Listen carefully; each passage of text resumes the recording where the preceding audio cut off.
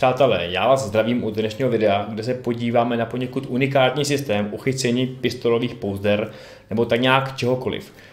Jedná se o systém Alias od americké společnosti Neomag, která sídlí v Ohio. Je to malá rodinná firma, která tyhle věci vyrábí a tak nějak veškerá příslušenství kolem zbraní, na které se oni zaměřují. A je to celkem zajímavá věc. U nás to teda nelze sehnat a nejde to sehnat ani nikde v Evropě, takže mi to vlastně musel dovést kamarád, který byl v Americe, protože to nikam neposílali, jenom v rámci USA. No.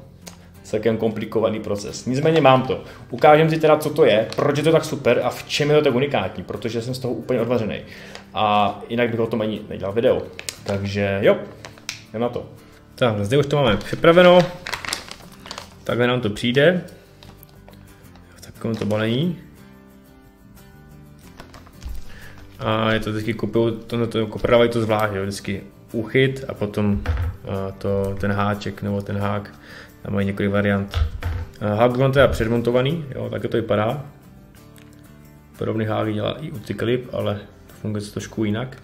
No a takhle to mám na tom pouzdře. Pouzdře je takový už trošku, no, je těžší, ale byl to moje první pouzdr, které teď jsem si tak nějak už představil, jak bych ho chtěl a brzy ho budu mít úplně zase jinak, takže si ukážeme potom zase v jiném videu.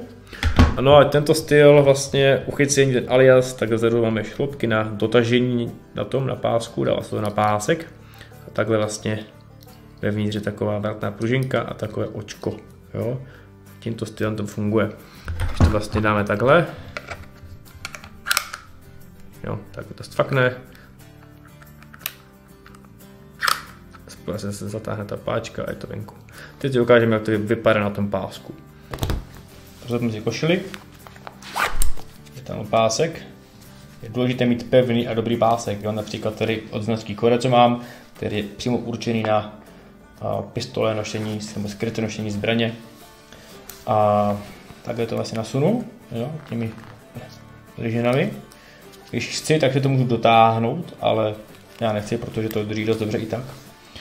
A vlastně to tam zpátky tímto stylem. Vezmu.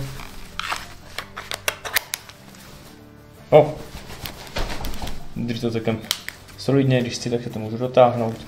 Tak je to vlastně vypadá. Jo. Ta rychlost je prostě úplně fantastická. Teď si teda ukážeme, jak to vypadá, když to zavřu. Jo.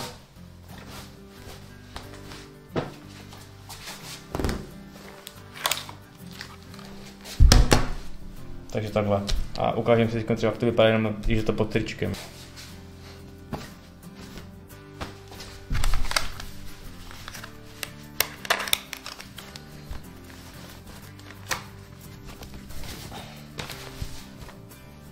Jo.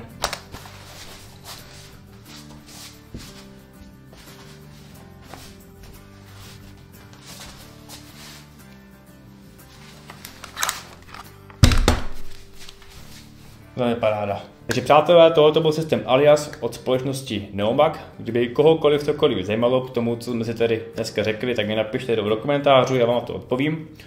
Teď už jenom doufat, že to třeba k nám někdo bude dovážet, protože, jak říkám, tady to nejde sehnat. A do popisku videa ještě hodím odkaz na stránky Neomagu, kde se můžete podívat na to široké spektrum věcí, které dělají. A to všechno nabízí. No a třeba zase příště, až mi od nich někdy něco přijde, tak vám na tom zase udělám nějaký video. No a koho zaujal tento batoh, který mám tady celou dobu vystavený, tak je to batoh od značky Vertex, Gamut 3.0. No a v nějakém dalším videu si o něm řekneme něco víc. Takže to je tak nějak asi všechno. Já se s vámi loučím a zase u dalšího videa. Čau.